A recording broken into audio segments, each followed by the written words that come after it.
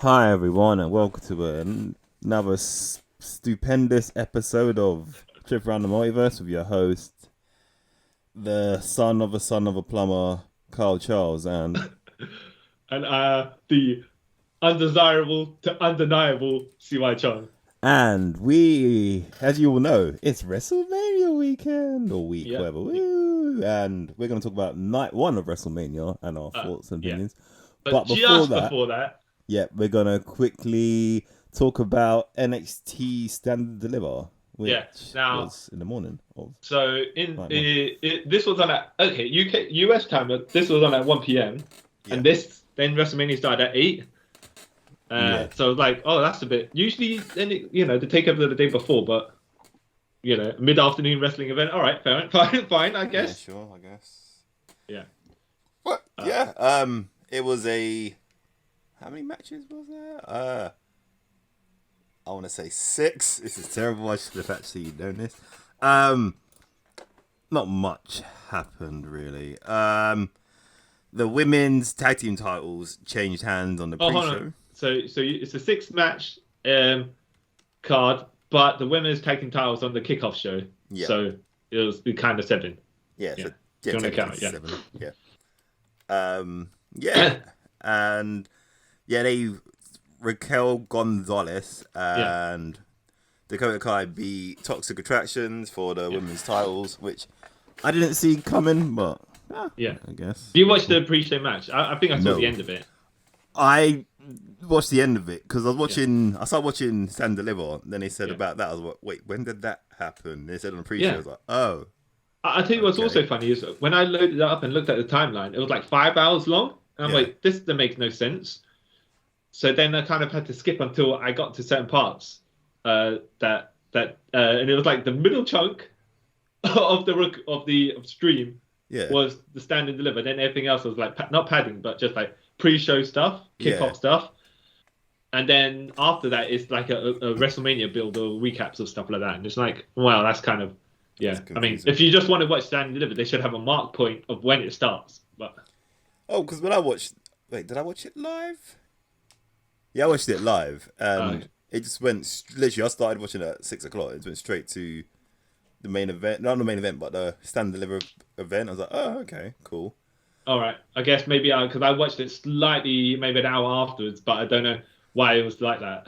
Yeah, I think when you watch it, it's when it's live, it's weird. Yeah. It's a weird thing. So But yeah, maybe because I was like go to the start of the event and then it started from the entire event rather yeah, than the more actual. likely. Yeah. Yeah. Um. All So right. so that was the first match. Then the second match was a fatal 5-way ladder match for the NXT North American Champion. Yeah. Which was I thought it was a good car crash style match. As Yeah, in, there was that guy who done a massive elbow drop from the top of one ladder through to I obviously missed the other guy, but it yeah, was onto another ladder, and I was like, don't do that, don't do that, yeah. because Grayson he looked Waller. like he really hurt his arm, whether he was selling or not or whatever. But it's just like that's not safe, you No, know? it didn't look fun that spot. Yeah, So Carmelo Hayes came in as champ, and yeah, he left not champ yeah, yeah. because Cameron Cameron Grimes. Grimes, aka Trevor Lee, if you Yeah, remember him from Impact and all that, is the new no North American champion. Yeah. yeah. Hard match. I enjoyed it, except that sometimes when you see the spots and you're like, they're not too stunny, but they're just too. You're like, oh man, that's gotta hurt, and I don't want my people to be hurt when doing stuff. Yeah, but they put their body on the line to entertain people. Apparently, I don't Yeah, know. yeah, And um, then we had Tommaso Ciampa's final match, probably in yeah, NXT yeah, against Tony D'Angelo. It's a pretty decent match. yeah, I yeah, like the send off rather than the match.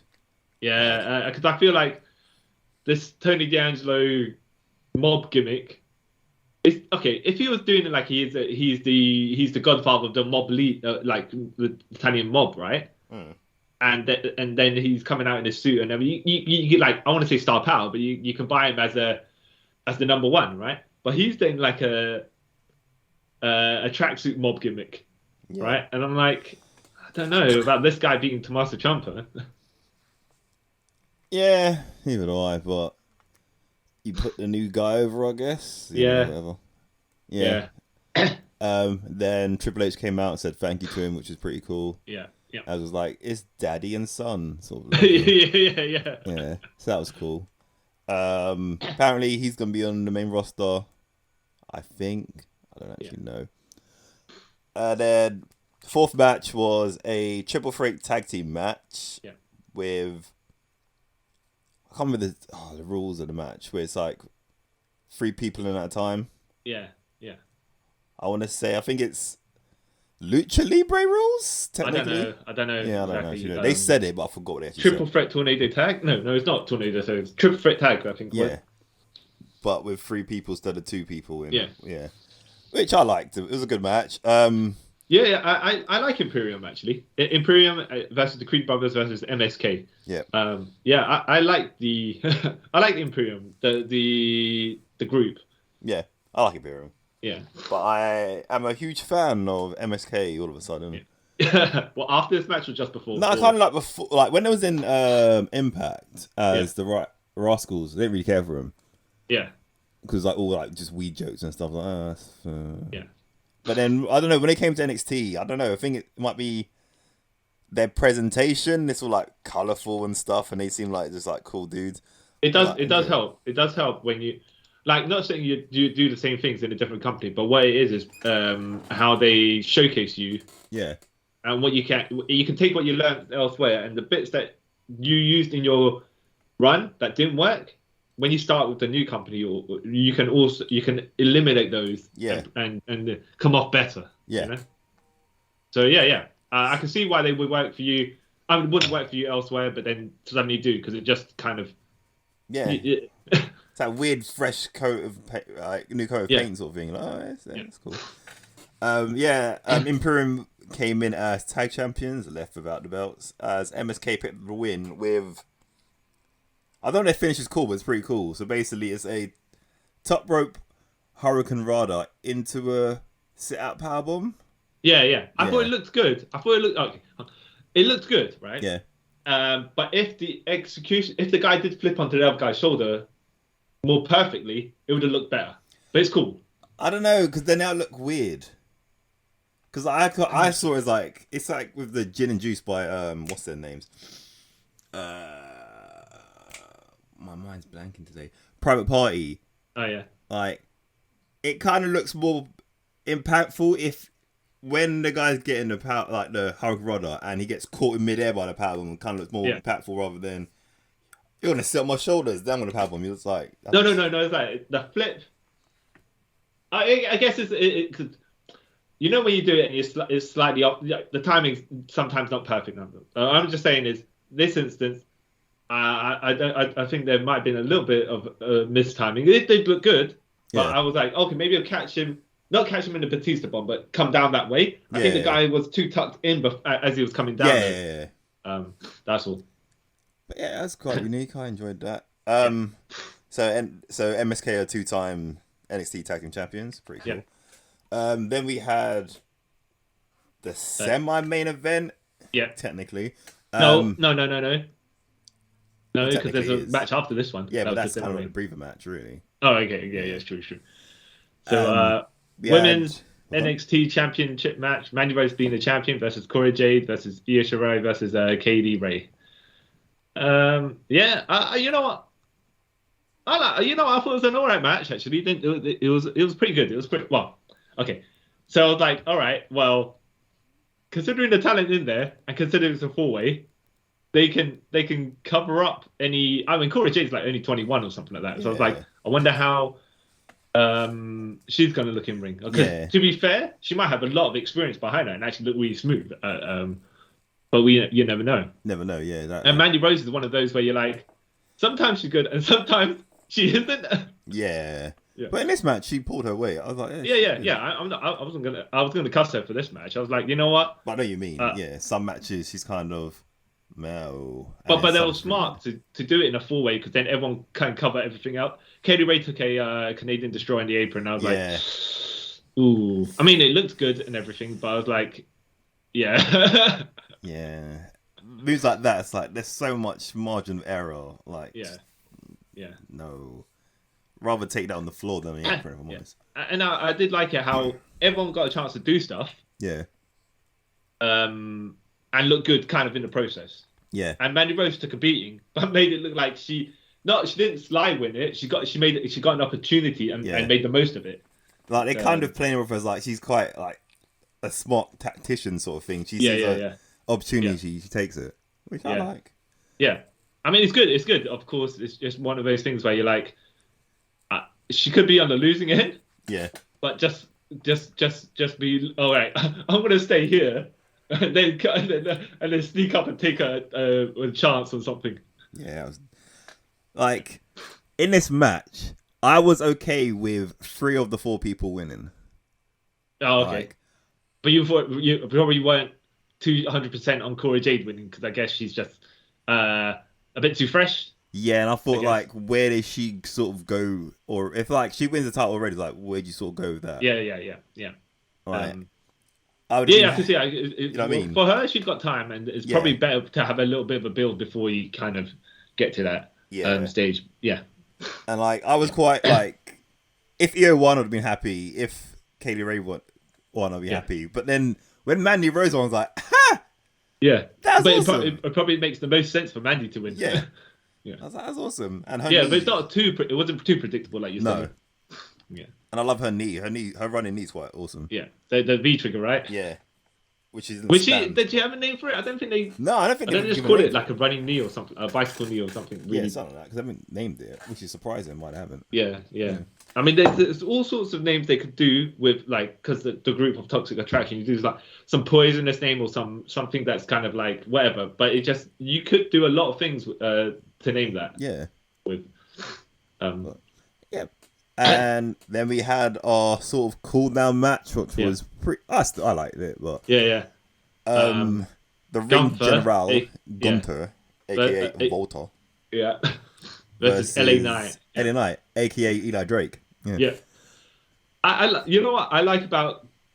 It's weird to call him Gunther, right? But I like about his matches. He doesn't do a lot. No. Right. But when he does stuff, it looks like it hurts. Yeah. And when I say he doesn't do a lot, what I mean is, right, he picks his moments to have his moves, his big moves. The rest of the time, it's just like strikes. Yeah. Mostly on chops, but they look horrible. They look legit. Yeah. Yeah. And Gunter wins one. With a what was he? Chopped him. Yeah. Put him in a sleeper. Yeah. And then no, sorry. Yeah, he chopped him, put him in a sleeper, and then top rope splashed his back because he's working on his back the whole match, and then gave him a powerbomb, pinned him 1, 2, 3. Yeah, it was perfectly logical what he did to finish from the way that match was built. Yeah. And I like Eli Drake. He's like, it's gonna sound really insulting to The Rock, but it's not. But it is at the same time.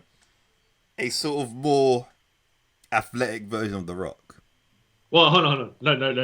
I don't know. Okay, hold on. I think what you mean is a more, because Rock is actually very athletic. Don't forget that. Don't get that. But he wasn't the greatest in the ring. No, that's what I'm saying. It's a different kind of compliment that you mean. Yeah. But I don't think athleticism is the right word. Yeah, pretty incorrect word I'm using. But yeah. Because like Eli Drake's he's pretty good in the ring. I like him. Yeah. I like his character and stuff. Like. Yeah. Let me talk to you. Yeah. I'm going to be fair as well and say The Rock's all more about the showboating and the physical charisma. Yeah. And the athleticism assisted that. But Eli Drake probably has a more expansive moveset. Yeah. Dummy. Yeah. And then we had our main event of Sand Deliver. Dolph Ziggler, the NXT champion, versus Braun Breaker. Yeah. And this match, I did not see the ending coming. I'm not gonna lie. I thought it was. I thought it was a pretty decent match actually. Yeah. The way that it kind of went was the way through the match kind of it should have went. Yeah. Because it's like Braun Breaker just like being powerful and Dolph Ziggler standing for him, but making him look good, but also having his own comebacks to make him look like a fighting champion. Yeah. And I did like how Robert Roode got sent to the back, and they just made it look like Immortal. They're gonna, I'm gonna have to fight it myself. I'm gonna have to do it because I've got no help now. Yeah. They made him look good in the process as well. And then I was surprised. So surprised. Yeah. There was like a little bit of like, there was a few botches here and there on Braun's behalf, but again, you know, he's still slightly new. Yeah, he's only been around for like 2 years or something like that. No, less than that, man. Is it 23 months? Not even that. Not even that, because he joined. No, you mean in NXT? I mean in wrestling in general. I don't know. I think he started training when he joined WWE. Oh, really? Yeah. I thought he had a couple matches before that. But in either case, for a guy who has barely any experience when you consider it, he's doing really good, actually. And it's a good thing that, you know, Dolph was in there with him, because like Dolph's got like nearly 20 years of experience, and he can carry anyone to a good match, which is awesome. So, as it should be, Dolph Ziggler was on the verge of losing. Yeah. And then he basically used, he pushed Braun Breaker into the exposed turnbuckle and then super kicked him for the win. And I was like, all right. Yeah. They made Braun look strong and then made Dolph look like he's, you know, I mean, he's heel. He's going to do what he can, you know. Yeah. But it didn't make him look bad. No. Too much. Just like, you know, he was a fine champion, and then he just was like, you know, I'm gonna retain. I'm just gonna try and retain. I can't outfight this guy. Yep. I'm gonna use my heel tactics, which I set up from the beginning of the match when he undone the turnbuckle. Yeah. It was good. It was good. Yeah. If you got a spare 2 hours, you want an easy watch, I'll say watch Stand Deliver. Yeah. All right, now on to actual WrestleMania Night 1, which was goddamn 4 hours long, right? Hey man, it's better than 7 hours if I'm honest. Yeah, it's true. It's true. You can't. When it gets to that length, you do need to split into 2 days. Yeah. All right. So SmackDown Tag Team Championship match was the Usos, who are champions, versus Shinsuke Nakamura and Rick Boogs. Yep. Boogs. Now, I like the I like the costumes matched, right? Yeah. And I kind of like made Nakamura look a bit fresher with the yellow and the orange, and he got the lightning bolt as well with some black on it. Yeah. Like, okay. You know, where you change up from his blue, or the gear they used to wear that was blue, or the gear they used to wear that was red. Yeah. What did you think about the match? The match was good until I'm pretty sure from what I've read, it's not fake. The Boogs injury bit. Yeah. Yeah, apparently that's legit. But they said that from the recap, they set that up before. Like he had, I don't know if it's like he had an injury or something like that, right? Yeah. And then it worked in the storyline, and then he actually legit re-injured it during this match. That's what I think. Okay. Because if you watch, or ideally, say he was injured, right? Yeah. They should have actually just rejigged the match and probably not, had the Usos beat them up before the actual match started. But if they deemed it wasn't that serious to do, and they actually had the guy wrestling, because I thought it was kind of fake, but then when you look at like how everyone sort of reacts, like no, this is quite legit. Yeah, you can tell like they fought on the fly on like the finish and stuff. You're like, oh yeah, that. Yeah. So I don't know. I wonder if they were gonna win, and then that kind of negated it. But I don't know. Yeah. But yeah, what do you say for what it was because of the incident? Yeah. Well, and Boogs' legs, which probably they shouldn't have had the match. It's one of those things where you don't know if they should have had it in the first place, but I think it was all right. Yeah. It was all right. The Usos won with the 3D, so that was awesome. So yeah. What, the 1D? 1D, yeah, man. Because they the ones. But yeah, it was okay. Wouldn't say anything else about it really. Because much didn't get to happen, so it's like well, that's what I'm finding. Some of these matches are shorter than others. Yeah. And some of these things like they kind of happen but just happen. Yeah. Yeah. So the same with this match, Drew McIntyre versus Happy Corbin. It's like, all right, I don't even know if this match needed to be a WrestleMania match full stop. It could have just not had it. Yeah. Not to say or whatever the talent involved. It's just like this doesn't seem like a WrestleMania worth feud. yeah. Yeah, Yeah. I totally agree. It was all right. It was all right as well, but nothing special. No. Did you see? Right. So at the end where Drew McIntyre got his sword and cut the ropes. Yeah. Then they did a slow motion replay where Drew's sword just kind of hit the ropes here, but when it hit the apron, it kind of bent.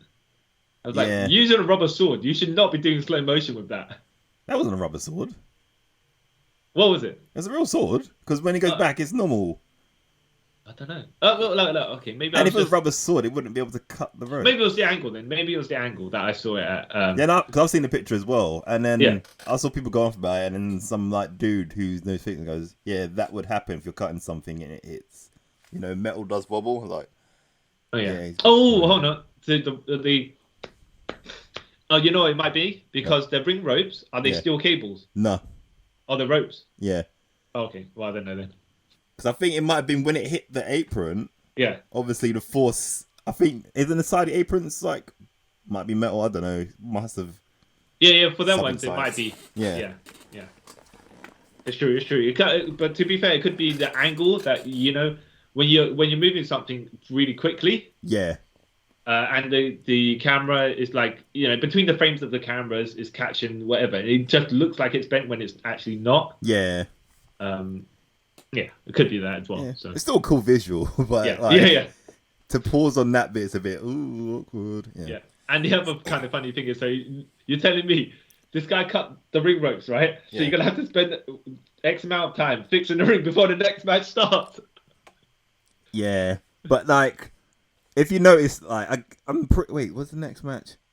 Rey Mysterio's. Now I'm trying to think, was there like some elaborate entrance? Because I know obviously they do like the little breaks in between. But they must have been like obviously on point of practiced how to fix that thing pretty quickly because it just looked like they finished that. Drew McIntyre did his little lap around or whatever. They go back, they do the entrances for the thing, and then then the rings were fine. Yeah, that's cool though. It was a missable match as far as I don't know, because it is a missable match. I'll say that, but one thing did happen that hasn't happened since he's been a wrestler. Is that someone actually kicked out the end of days? No one's done that ever since. Ever. So I was like, that's pretty cool. The thing is though, they say that statistic, and then they could have built him up like a major feud where then someone does kick out. Let's just say he was feuding with Finn Balor for the US title, right? And then Finn Balor kicks out. You'd be, something. But here it's just like throwaway, and they do it just to do it. And you're like, oh, come on. I didn't do it just to do it. This is Drew McIntyre. It's kind of gives him his moment, because think about it. When he was, both times he was champion, he never wrestled in front of a crowd. So you kind of got to give him something. And that's, okay. So it's like, well, okay. But they didn't need to kick. What I'm saying is, they could have saved it for later on, maybe for someone to kick out. But like, I want to not to say Drew McIntyre's and whatever kicking out. I'm just saying they could have built it to something and then got him to kick out of it. And like, instead of just saying, oh, it's a statistic, and then someone kicks out, and you're like, okay, there's no build. Yeah, it's happy. It's Baron Corbin. You don't really need to build. That's true. It's Baron Corbin as well, mate. You know what I mean, like, if it was... What do you think, by the way, of the Happy Corbin gimmick? I don't mind it. Right. But you don't see it as a... look, Lone Wolf Baron Corbin was more of a threat, a title contender threat to me. I understand a mid-tier title contender, whatever, right? But Happy Corbin doesn't seem like it's a... Yeah, it's just... It is what it is at this point. He'd probably only be it for like a couple more months, I reckon, and they'll try and rebrand him again. But he should go back to being like the Lone Wolf or whatever. Yeah. Because I liked him when he was like that. Well, All right, so next match, Rey and Dominic Mysterio versus The Miz and Logan Paul. Now, I have to say, as a celebrity wrestler, Logan Paul impressed me with what he could do. Because I was like, I expected him to be out of the ring most of the time, maybe a bit winded and stuff like that. Yeah. But no, dude did pretty good. First of all, he's kind of built as well, right? Yeah, he's jet. He didn't look out of place with these guys. And he didn't do bad. He knows how to play the camera. I was giving him that, right? Yeah. He knows how to be a full-on heel. Yeah. I like the stuff he done. and the stuff that he could pull off. Only at the end was when stuff got a bit shaky, but we'll get to that if you've got any other comments before. No, I don't have it. What did you think about Dominic in this as well? I still think he's a bit too green. But when Dominic and Logan Paul were in the ring, did you expect the ring work to be worse than it was, or was it actually surprisingly fine? Surprisingly fine. There was a bit of like, ooh, but not much that I was like to be like, oh no, that took me out of the match or anything like that. Yeah. But you would have then put it on Logan Paul's shoulders because he's a celebrity wrestler, and you're like, yeah. Or would you have said maybe Dominic takes some of the slack for the stuff that is? Yeah. Dominic take half the slack for that as well, because think about it, he trains all the time. Logan Paul doesn't, so yeah, okay, all right, fair enough. You know, that's passing the buck for no reason. Now, I will say this, right? When Logan Paul took 2 frog splashes, a double 619 and 2 frog splashes, right? And there was a 2 count because the Miz came in and broke the pin. Yeah. Right. Logan Paul started getting up away. Like Miz got bashed Ray over the head. Yeah. And gave Ray's finisher. Ray the finisher. And this is like seconds later. Logan Paul standing up after them 2 frog splashes and a double 619. He should have just flopped over on the floor, you know, or not got up or something like that. I think he just got a bit too quickly for eating those finishing maneuvers, right? Mm. And then also when the Miz turned on Logan Paul, which I don't know who's heel or who's the face now, right? Yeah, that confused me. But and why Miz did it, because it makes no sense. But he'll probably just on Raw explain. I can see it making sense. No. In the context of here, we don't know what's what. Who's the face, who's heel? Why did Miz do this? Because it's different if they lose the match and Miz does it, and then you'd be like, okay, fair enough, right? Yeah. But they won the match. It kind of like, and Miz got the pin. It could kind of make it like, if you see it from the Miz's logic, like, he'd be like, well, I'm the one who got the win, not Logan, so why do I need Logan?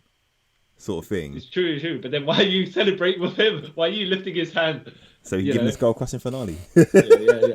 But the other thing is, when he ate a skull crushing finale, he started getting up a bit too quick and not setting it. But he should have been like holding his head or something like that. Like, he, just ate a finish. He's just there standing up, looking at the Miz, and I'm like, oh man. No, like, when he was in ring, he was fine, right? It was towards the end where you're like, but come on, man. I'll give him this. Like, I have leeway because he's not a wrestler, so it's true. He hasn't got the time in that stuff, so it kind of, I can buy him doing these things. When he got up from those 2 frog splashes after Miz got the win and they hugged each other, I thought Miz was going to wish for him, a sell, like, so when you got that adrenaline rush, but then you crumple down. So but Miz didn't do that because they knew the next segment they couldn't have him fall down before he then get up, pick him up, and then give him the silver match finale, because that would have been a lot of sense either. But I didn't mind the match actually. I thought it was for the talent involved. I was like, oh yeah, okay. Yeah. Like, I would put Logan Paul and this match in the top tier, like a higher tier of celebrity wrestling matches. Would you say though, the match that looks like Logan Paul and Miz are going to feud, right? Yeah, maybe. Yeah, probably SummerSlam. And who's the more heel out of both of these guys? Because one of them's got to be heel. You can't have a double. I mean, one of them's got to be face. So I think Logan Paul be easier to keep as the heel, and then you could have Miz win as well. Yeah.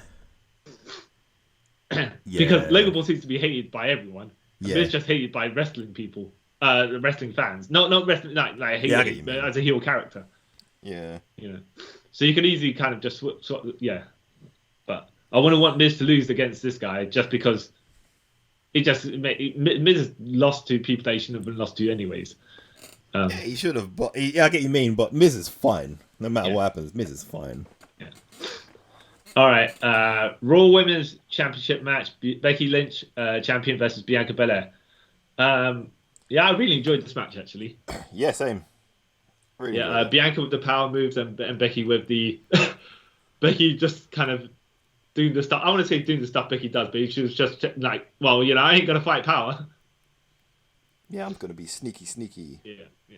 And I did like there was a move. Okay, she's trying to right. As far as it looked like, Becky late in the match tried to go for a Molly go round, right? Except Yeah. that she missed. But again, the good old Corey Graves, I think it was called Graves, said, "Oh, she went for a Justin Liger does the rolling Yeah. They yeah said the name as well. I've forgotten. yeah." Yeah. And then it was like, "Oh yeah, Becky did the top rope version of that." I was like, "Oh, you saved her. You saved her pretty good, Yeah. actually." And it was lucky Um, because when you see the replay as well, you actually see Becky's foot here in the face. You're like, oh, yeah, okay. yeah. Good Um, call. Good call. Yeah, and I like the end as well, where Becky she was fighting first couple of times. Bianca Belair tried to get Becky in the kiss of death, Yeah. and Becky could get out of the maneuver. But towards the end of it, basically the way that Becky when Bianca Belair lift Becky in the kiss of death, like the torture rack position, Yeah. she had a grip around Becky's throat. And Hmm. Becky was like had a grip, her hands like she was trying to break it or something. It's just like, oh, you know what? Yeah, she literally is getting choked by the hold there, so she can't really do much to get out of it. I'm like, oh, Yeah. okay, yeah, because she held her hard. Like it looked like, I'm not saying she did or she didn't, right?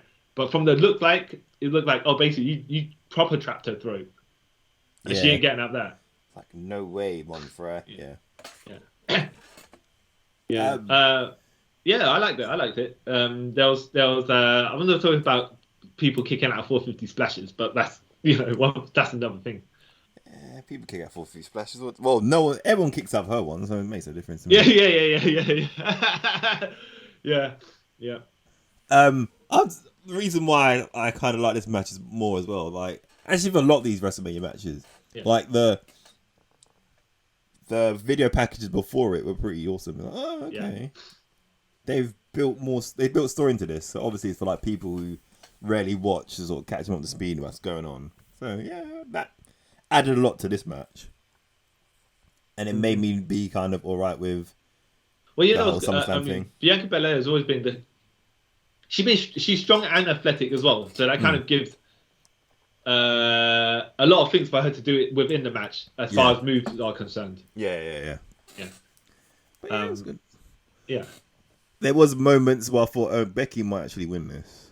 Well, yeah, but that's what's good about it, right? It's just like you don't know which way 100% is going to go, and I have to say, what they did to Becky with like, after they cut her hair and everything like that, the way they styled her hair and the way they give her makeup, she really did give off villainess vibes. Yeah. That you knew exactly just looking at the both of them, you know exactly who's who and what's what. Yeah, Like, there was no like, I wonder who's the bad guy. Who's the good guy. exactly, You sure know straight away. 100%. And if there was any cheers for Becky, just because she's so cool, but it's like she wasn't trying to get any cheers or anything. Like, she knew exactly what her role was. Yeah. Yeah. But I was So- kind of, I'm kind of glad that Becky's not champ anymore. I'm kind of over the Becky thing at this point. I don't know why. Just Well, no, but okay. I don't like what they did to Bianca at SummerSlam, but I like the end result from this match. yes. Yeah. But Yes. would you say if they had a good match at SummerSlam and Becky won, and then then they viewed it all the way to here where Bianca won, would it have been a better payoff, or would you now looking back at it, would you think the 6-second win or however long it was 28 back at seconds. SummerSlam Yeah. was worth it because it led to this? Bit of both. Yeah, 'Cause, I like- think it built up the infuriation in the wrong ways as well, because the company got heat for it, right? For what they did, but Bianca got her win, and an emphatic win at that. Yeah. And yeah, it was like, oh, genius storytelling, but it wasn't quite. Like I do like. This is another case where I think accidental Yeah, greatness happened here because I'm pretty sure this wasn't their plan from the beginning. maybe not. But I think it was the plan at some point, but it was speeded up because I don't think originally it would have happened at SummerSlam. Yeah. Because I think if the whole Sasha being injured thing didn't happen then, she would beat Sasha at SummerSlam, and then I think whether event after that, like Extreme Rules, whatever, Becky would have won then. I don't think it would have been the whole 20. Actually, it probably still would have been the 28-second thing because that's plain the story. But yeah, okay. All right. Good match. So on to Seth freaking Rollins because that is his name. Wait. We all give this whole thing a lot more energy because this is probably the greatest moment in wrestling in my opinion. Well, I was going to say mystery opponent, so I wasn't going to, expose. Yeah, no, I'm saying like, I'll let you do the build though. All right. So, one of my favorite wrestlers, Seth Rollins, he's has a match which he was begging to get, like from, I want to say, Elimination Chamber. He's trying to get to Reign. He's trying to be wrestle at WrestleMania. Everything he's tried has fallen through, and he was at his wit's end. And for some reason, he decided instead of it. When you hear it, it makes more sense. So he gets a text from Vince McMahon saying, "Yeah, come and we need to talk." And he's like, "Vince, so what do you want? Are you firing me?" He goes, "No, I'm giving you a match at WrestleMania." And Seth's like, "Yeah, woo." And he goes, "Dude, you could have just asked. So you've built all these like hurdles for yourself. When you could have just came and said, can I have a match at WrestleMania?" And I would have said yes. Yeah. So then Seth's like, "Ooh, yeah, fine, I get a match. Who am I facing?" And he goes, "Oh, well, that's I'm gonna handpick your opponent." Yeah. So Seth goes all happy, and there was many speculations who this person could be. Like, it could have been Shane McMahon. There was someone else I forgot. So it was a whole hype thing. So Seth comes to the ring, and he has an orchestra and everything, looking super awesome in his weird attire. And we're all waiting, like, bated breath, like, who's this going to be? Who's going to be Seth's opponent? And the lights go down. Fireworks go off everywhere. It's like, oh, is it The Undertaker? Because he has fireworks. He doesn't have fireworks. And then all we hear is one of the best opening theme tunes ever. Like, opening line to a theme song ever is wrestling only has more than one royal family. And then we're and Cody effing Rhodes is back in the WWE. I was watching this on the bus this morning, and I legit shouted out, "Osh, Osh," and people looked at me funny because they couldn't see what I was watching, obviously. And oh god, I've watched it twice. Actually, I've watched it 3 times already today. This part. Wow. Yeah. I watched his intro and popped a good couple of times as well. Actually, but they presented it really well. Yeah. The way that they gave him the fireworks, the 3D graphics, his name popped up as his music was playing, but he didn't pop up, and until like a couple minutes, a couple of seconds later, like maybe 10, 20 seconds later, just so they built the anticipation. Yeah. And then they had the angle where he got his own elevator up, like the wherever it was, the platform, right? Yeah, he's the Codivator. Yeah, exactly. I was like, and then it's like, yeah, you're showcasing a superstar right here. Like, and watching it, like that whole intro and stuff, because I was, we all heard the rumors and stuff that he'd come back to WWE, blah blah blah blah, and I thought, is he gonna have his entrance music that he's had for the last 6 years, or are they going to give him something else? Because it's rare that someone comes from another company with the song they had before. So I'm guessing he must own the rights to that song or something. I don't know. Yeah. And he's licensed to WWE. So is he, like, this is a question before we go further. Yeah. Have they basically just taken his character from AEW and brought it straight into the WWE? Yeah. And it's a good question, because here's the thing: his music is all about how he's gone and left, and now he's living his own life and dreams as best he can, right? Yeah.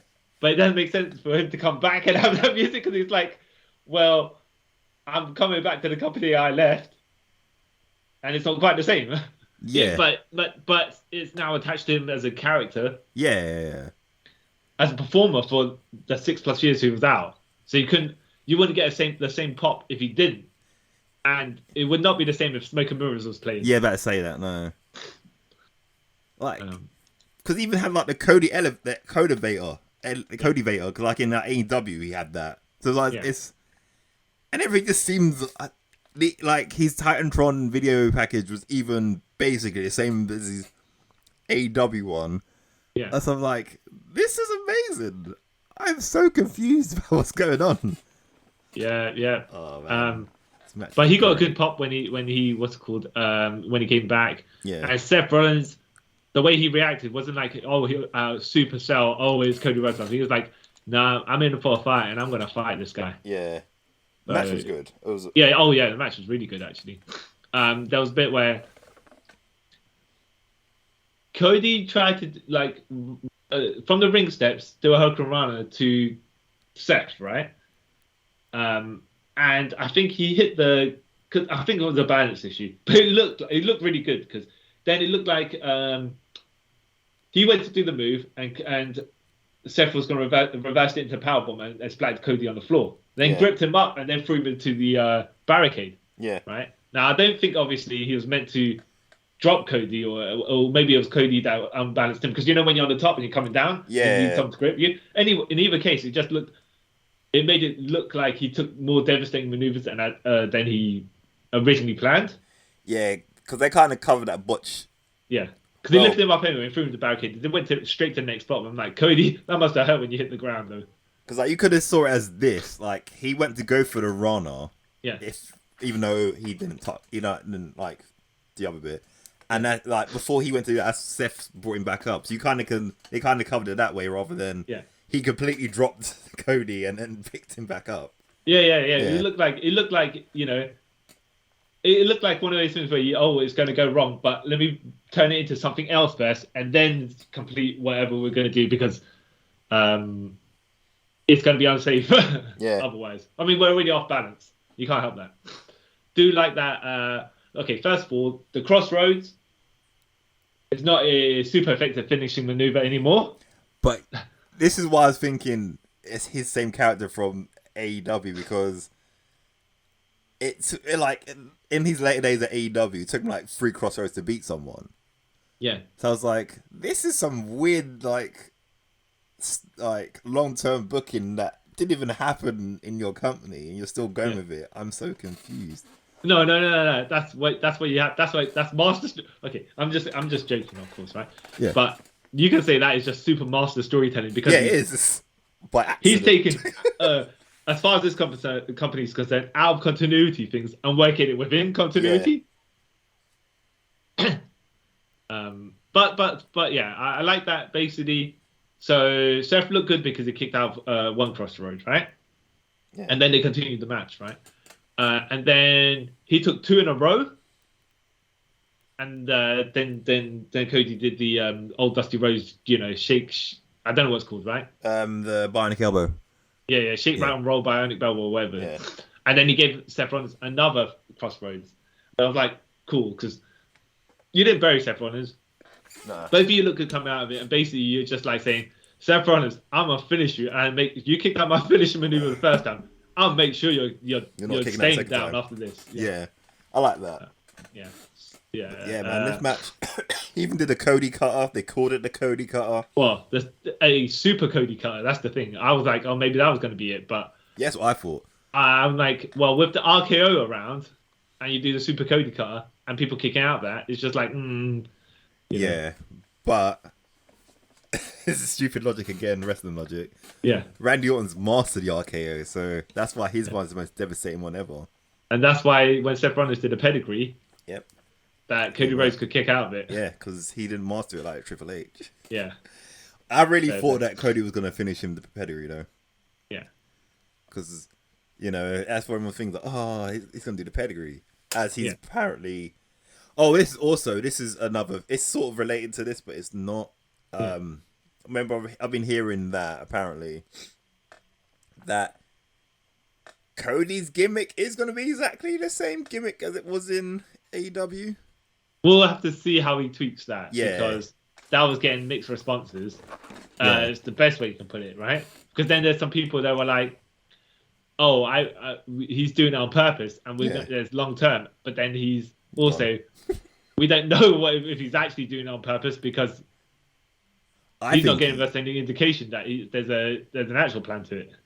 Like, I think he is doing it on purpose because he seems like the whole Stardust thing he did in this as well. You can tell he's kind of like Triple H. He takes aboard he surfs the internet and stuff and listens to things. Yeah.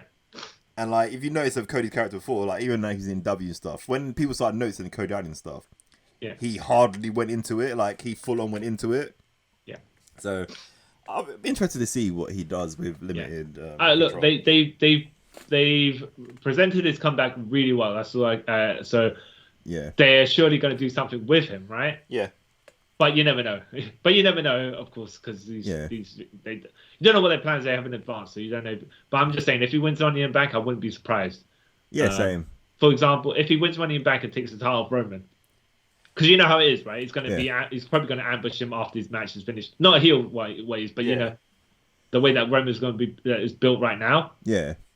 I'm just saying, if Roman were to keep the title tomorrow, I'll probably go into it. I'll say a bit what I think's gonna happen. Yeah, go on. It's apparently it's called a title unification match. Yeah. But then apparently it's not gonna be unified. So I reckon they're gonna either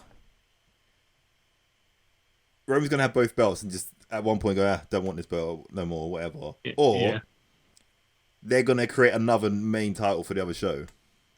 Yeah. Well, the other thing is because it's a shame they don't have a Money in the Bank person right now.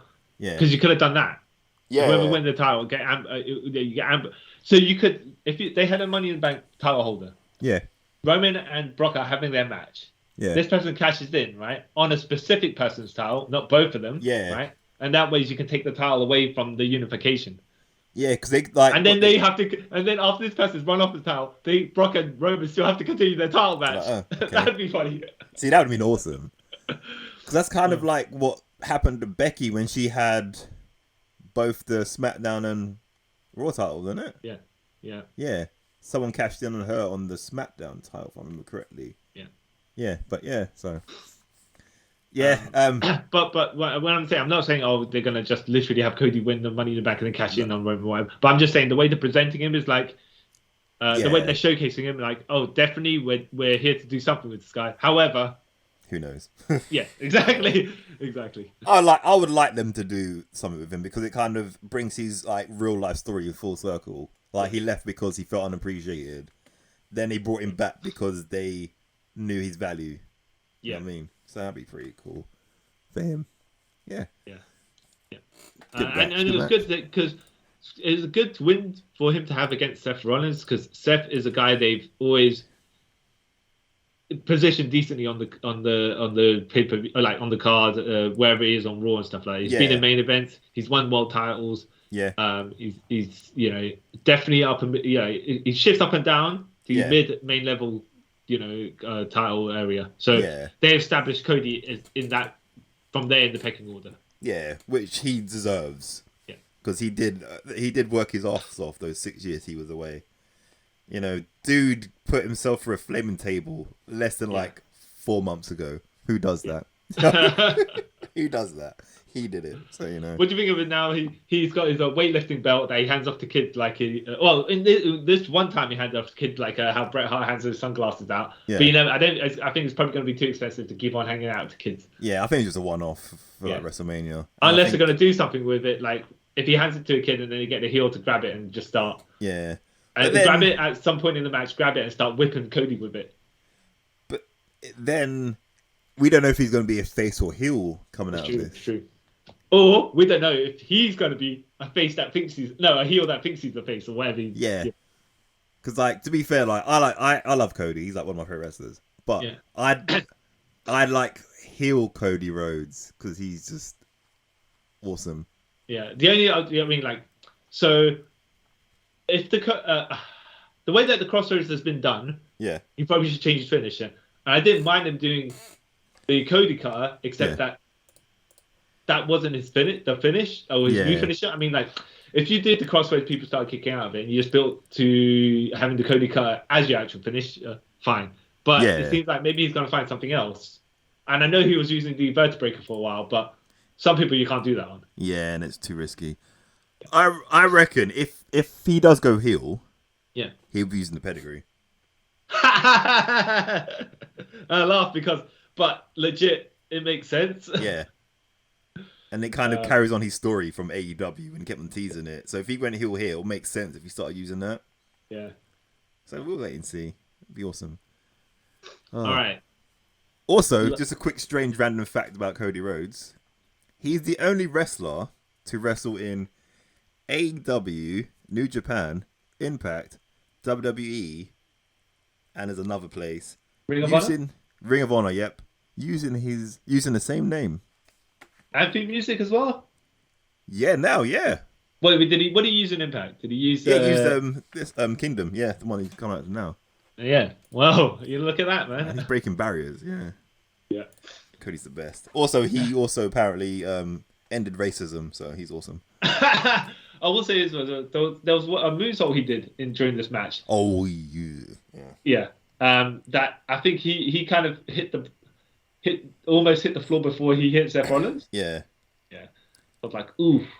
Because that moonsault confused me because I've seen him do moonsaults all the time. Yeah. But then this one wasn't really it was like he jumped backwards and slightly turned. Yeah, it was like almost like a kind of crossbody, but not. Yeah. It was like, did he try for crossbody on moonsault, or did he just kind of get halfway and didn't get the rotation? Or he didn't decide what he was doing until he jumped. It's like it's too late.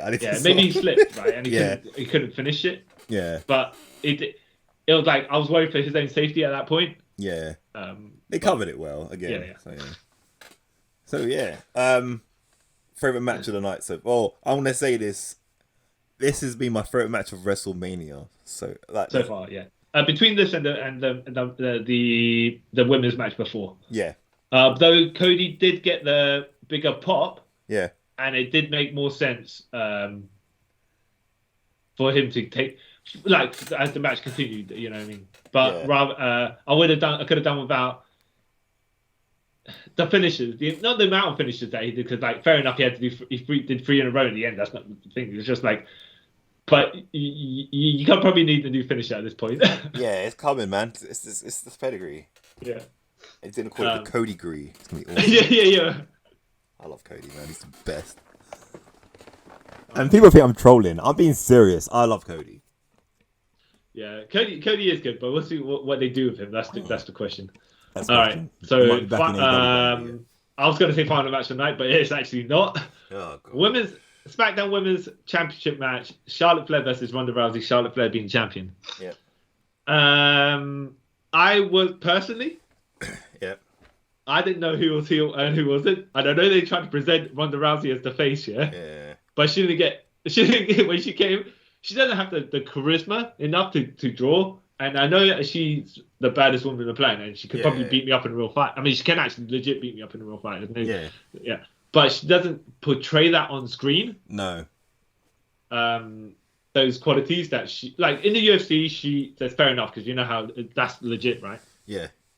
Here, though, she's presenting a character of herself, except that the character of herself is nowhere near as lethal as the actual version of herself. Yeah.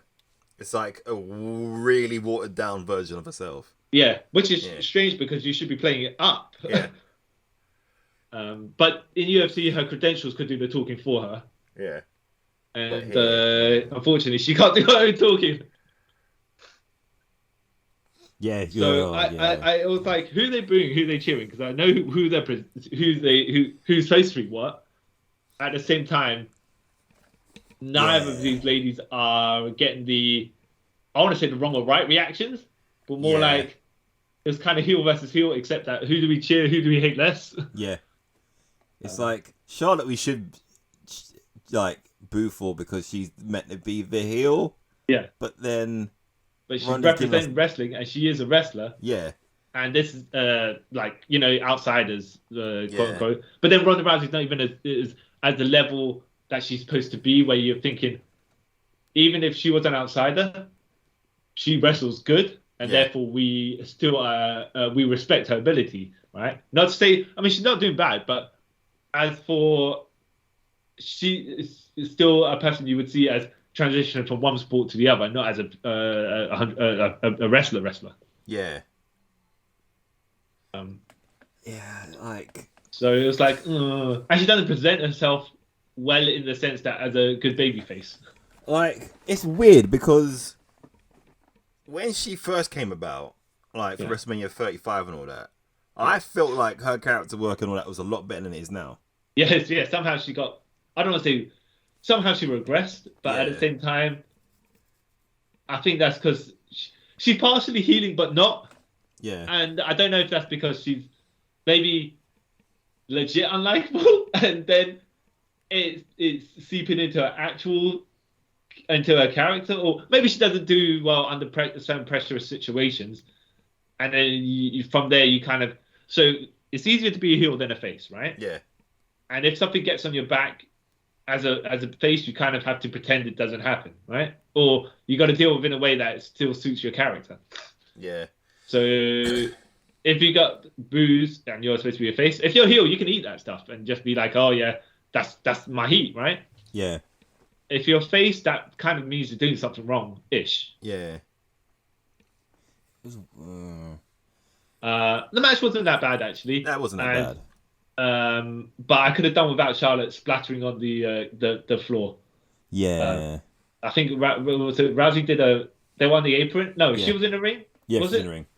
Yeah, and Ronda Rousey kind of threw her from the ring onto the ring floor, even though it's padded. But I was like, oh, still, that was a splat sound, and did not sound good. No. Yeah, and I didn't see the finish coming, if I'm honest.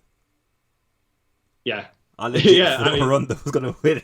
yeah. So did I. But I liked how they did it, where it was a sneaky ring. A sneaky win, where okay, this bit didn't make sense to me, right? Yeah. First of all, Charlotte tries to put the figure 4 on, or the figure 8, depending on which, right? Yeah. And when Ronda Rousey kicks her off, it's one thing to go bash into the referee like a shoulder block, or you squash him in the corner or something. She literally speared the referee. Yeah, literally out of his boots. Yeah. But then it was like, but then it made sense later, because once Ronda put her in the armbar, Charlotte just tapped that right away because she knew the referee was down. Yeah, I like that. She's like, I took him down, so I know he's down. It don't matter to me. Right? I was like, okay, she's quite genius, actually. Yeah, because of that, obviously, Ronda let go of the submission because she thought, oh, the referee's saw a tap. Nope. Yeah. Charlotte outsmarted you, dog.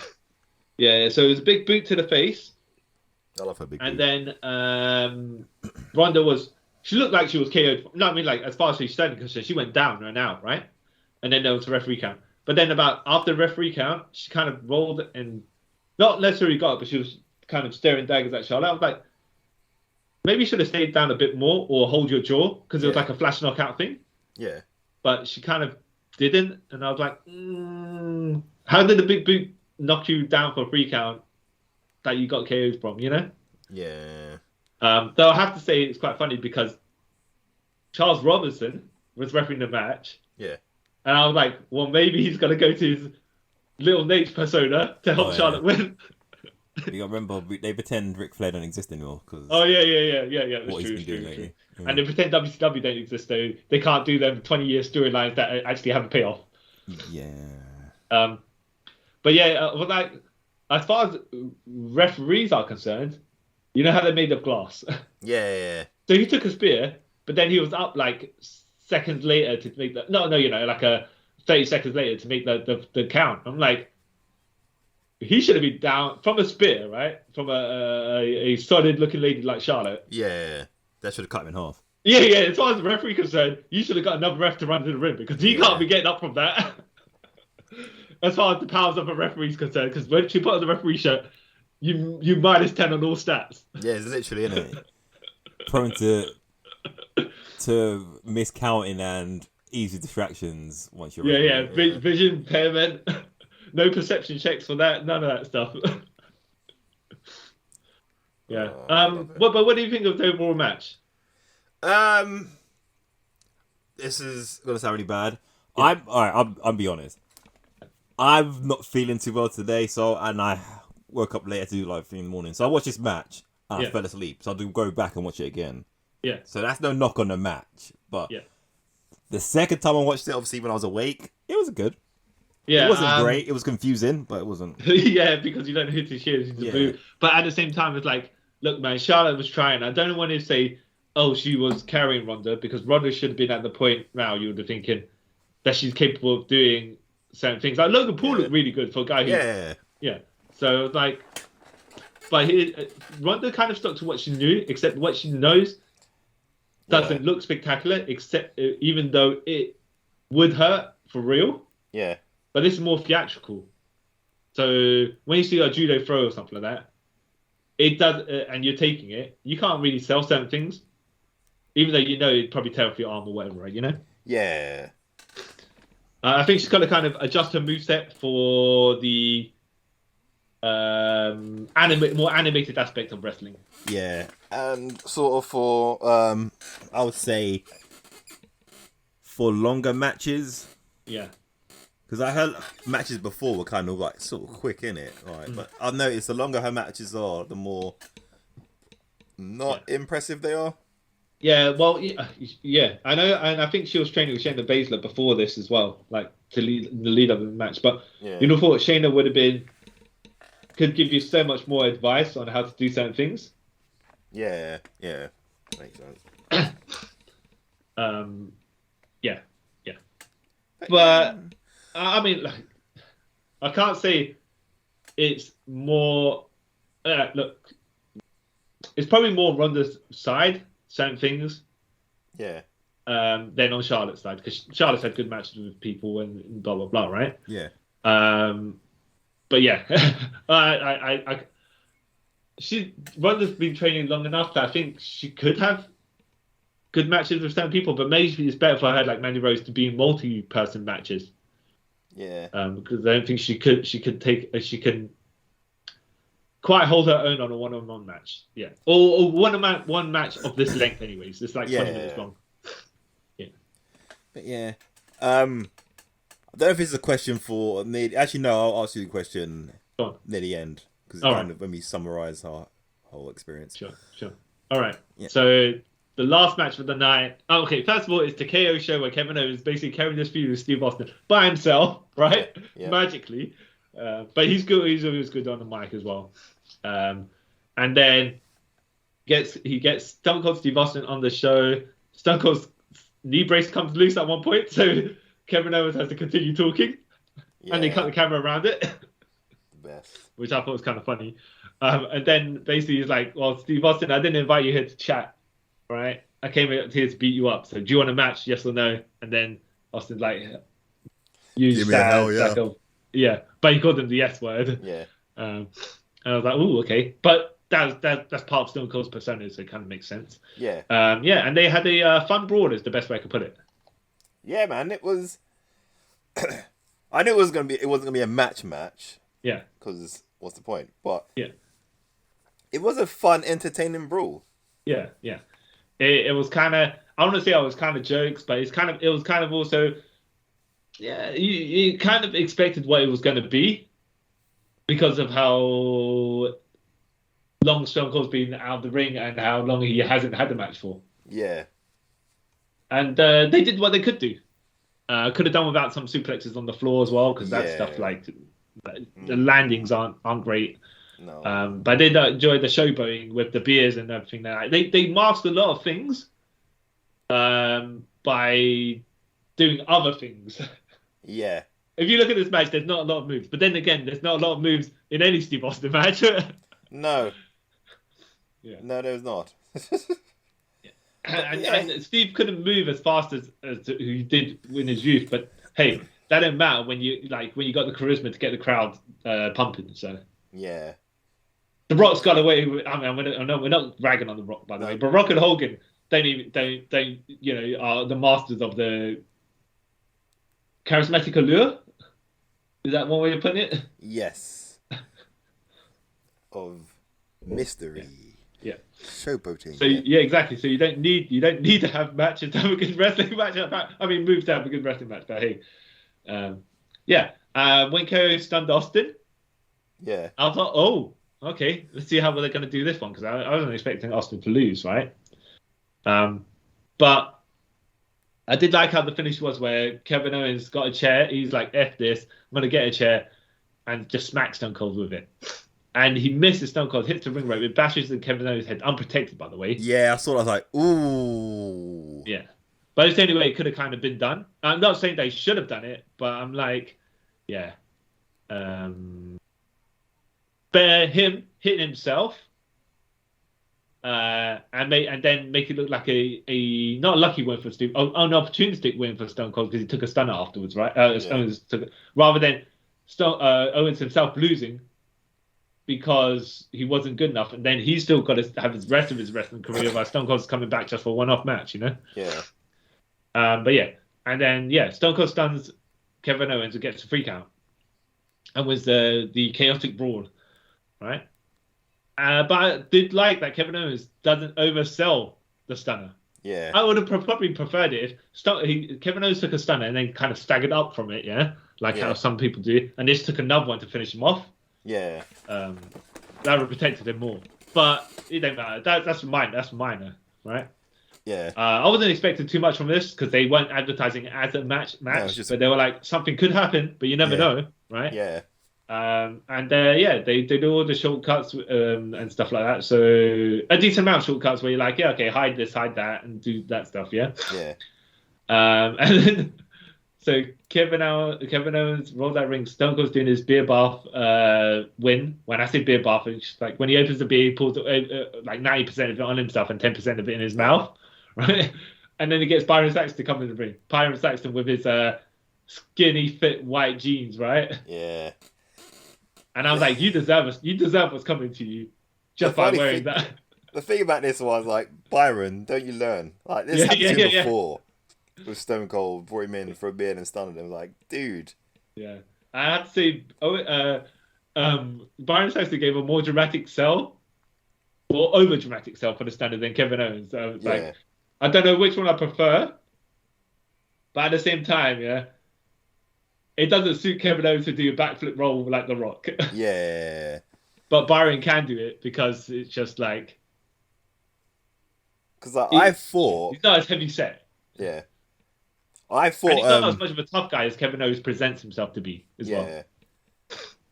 Because I thought that Kevin Owens was gonna maybe do a Scott Hall sell of the stunner. Yeah.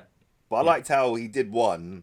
He took one of the stunners. Like he kind of fell into obviously with the stunner you land your knees. Yeah. He kind of like bounced. One foot came back up and then he fell. I was like, that's pretty cool. That was an interesting way of selling that stunner. But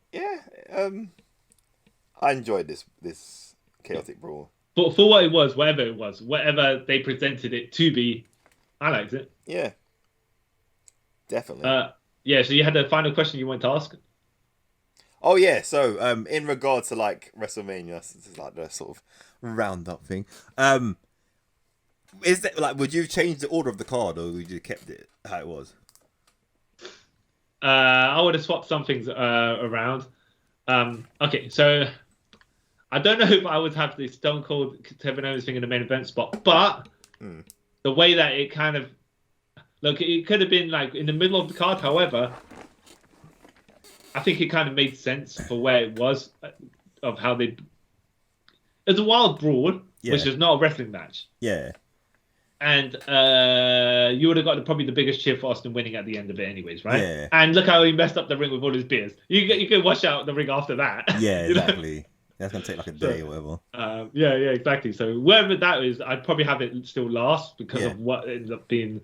I'd probably swap... I'd probably put the Charlotte Ronda Rousey match before the Cody Rhodes and the Becky Lynch match. Yeah, I was thinking the same.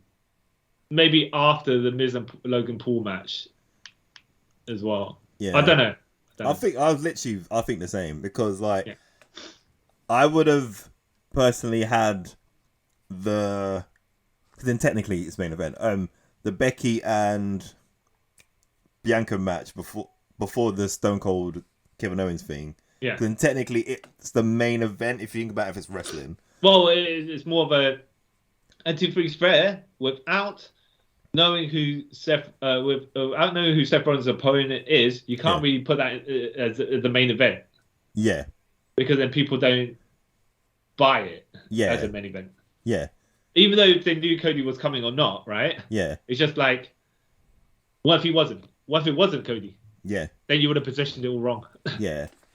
And because the Bianca Becky feud, in my personal opinion, was a better feud than the Charlotte Ronda. Yeah, it had a way longer build. Yeah, that should have been. Yeah. Before. And it was a much better match as well. Yeah, exactly. And because you ain't got, like, realistically, there was no other main titles on the line. Like, both the women's titles on the line that night. There was no, like, male championships on the line. Yeah. Obviously, because you got the double gold dash match next night. So, Okay, yeah. That's what it's called, yeah. I think the Bianca one would have been better and the crowd would be more happier, to be fair. Yeah. You know what I mean? Everything else obviously kept the same. But would you readjust things if the Kevin Owens and Stone Cold match wasn't in existence? I don't know. Well, if it was just a segment and then KO was going to take a stunner at the end of it, right? Yeah. Then would you position that more in the middle of I would position that more in the middle. Like, after the Hall of Fame thing. Yeah. Yeah. But you would have kept the rest of the card as you had it, right? Yeah. Okay, but would you position this, if it was a KO talking segment, after the Ronda Rousey match or just before it?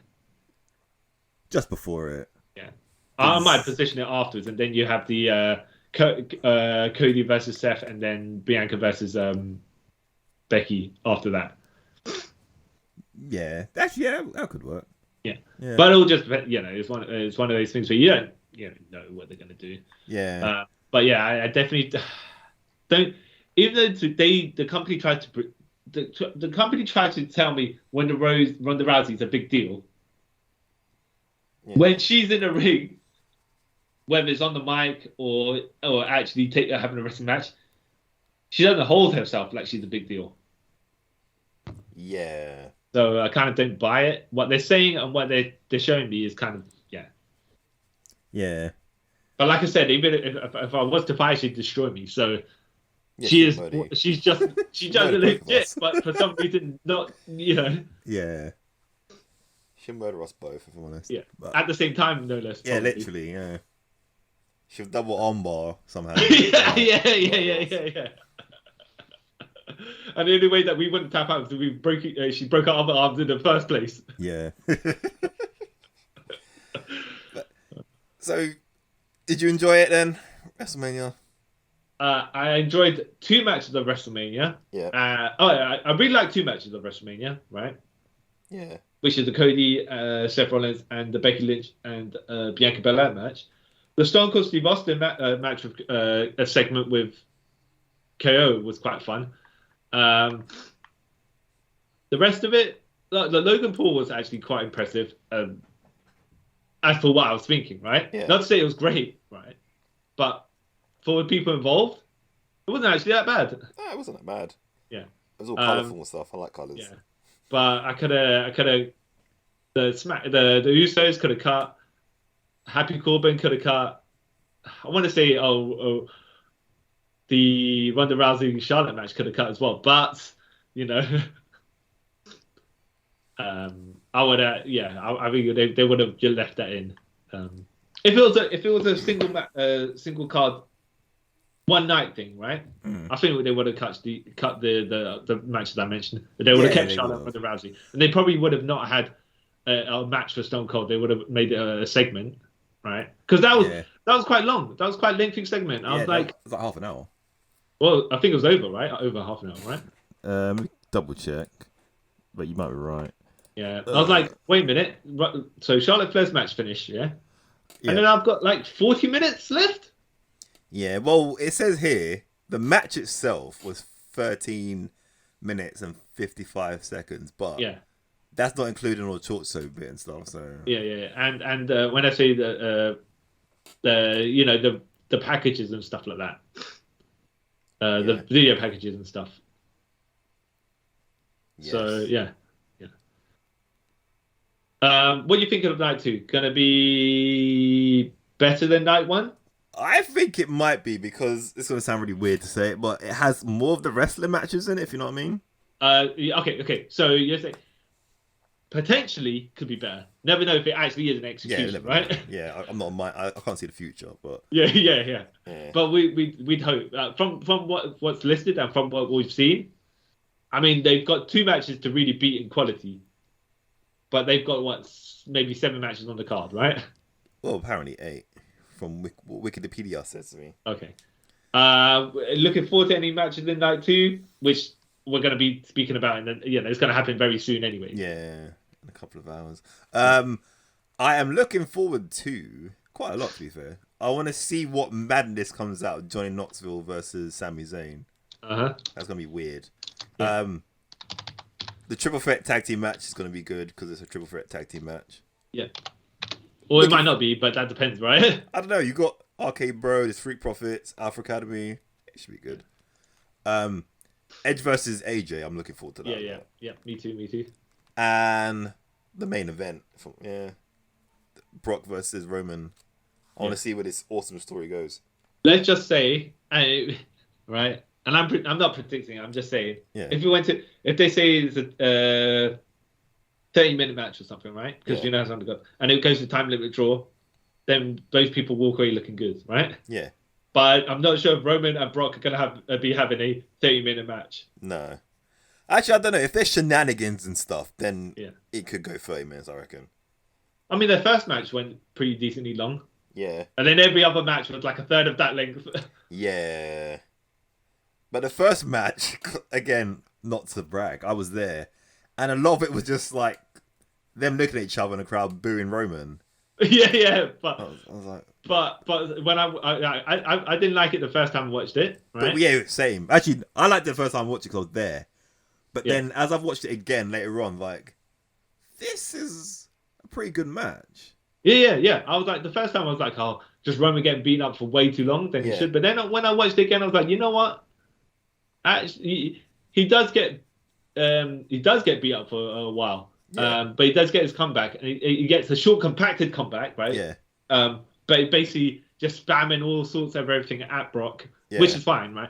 But it's just like, okay, you kind of did actually build to that point. It wasn't like he just first time watching, it's like, oh, he just started his comeback out of nowhere. But after a while, it's like, no, he didn't actually. No, you can see it like build into it. It's like, oh, cool. And then the whole Seth bit, which is awesome.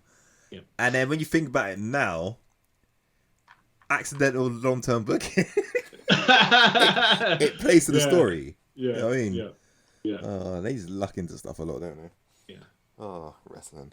So yeah, it should be good. Tell you one match of night 2 I'm not looking forward to because I have a feeling I know the outcome and it's kind of stupid.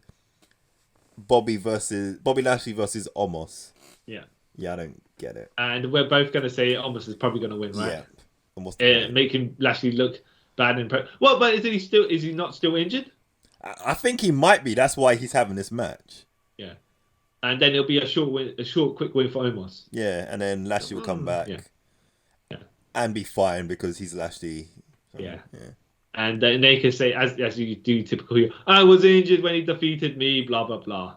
I don't think he needs to do that. I reckon, depending on how long Lashley's out for, and how this Omos experiment goes, Lashley might come back and just murder him. And then Yeah. We could do that. Speak about I take the first loss and then just kind of like, Yeah, I can see it happening, and I'm okay. Oh, by the way, why did I thought for some reason the Brock versus Roman first match was like 30 minutes or something like that, but no, it's not. It's not even 20.